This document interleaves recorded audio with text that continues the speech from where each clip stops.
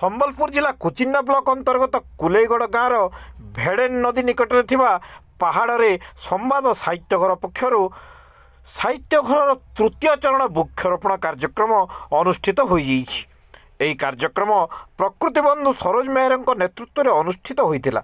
ଏଥିରେ କୁଚିଣ୍ଡା ସମ୍ବାଦ ସାହିତ୍ୟଘରର ସଭାପତି ତଥା ପ୍ରକୃତି ବନ୍ଧୁ ସୁଭାଷ ଚନ୍ଦ୍ର ନାୟକ ମୁଖ୍ୟ ଅତିଥି ଓ ଯୋଗାଣ ସହାୟିକା ସୁନିତା ମେହେର ସମ୍ମାନିତ ଅତିଥି ଭାବରେ ଯୋଗ ଦେଇଥିଲେ। ଏହି କାର୍ଯ୍ୟକ୍ରମରେ ଗାଁର ସୌଦାମିନୀ ମେହେର, ମନ୍ଦାକିନୀ ମେହେର, ଡମ୍ବରୁଧର ମେହେର, ଲକ୍ଷ୍ମୀ ବାଦି, ଲେଖିକା ମେହେର, ମନୋଜ ମେହେର, ଅଲିସା ପେଣ୍ଠେଇ, ଆଶା କଡିଆ, ପ୍ରଜ୍ଞାନ ଛତ୍ରିଆ, ଶ୍ରୀମାଞ୍ଚଳ ଭଇସା, ଟଙ୍କଧର ଷଣ୍ଢ, ଭୂମିଲତା ମେହେର, ଧନୁର୍ଜ ମେହେର, ଠୁଲେଶ୍ୱର ଷଣ୍ଢ, ନମିଲତା ମେହେର, ଜିତେନ ମେହେର, ପଦ୍ମାବତୀ ମେହେରଙ୍କ ସହ ଅନେକ ସ୍କୁଲ ଓ କଲେଜର ଛାତ୍ରଛାତ୍ରୀମାନେ ଅଂଶଗ୍ରହଣ କରି ପ୍ରାୟ 150 ଚାରା ଉକ୍ତ ପାହାଡ଼ରେ ରୋପଣ କରିବା ଯୋଗ ଦେଇଥିଲେ। ଶେଷରେ ସଭ୍ୟ ସତ୍ୟମ ନାୟକ ସମସ୍ତଙ୍କୁ ଧନ୍ୟବାଦ ଅର୍ପଣ କରି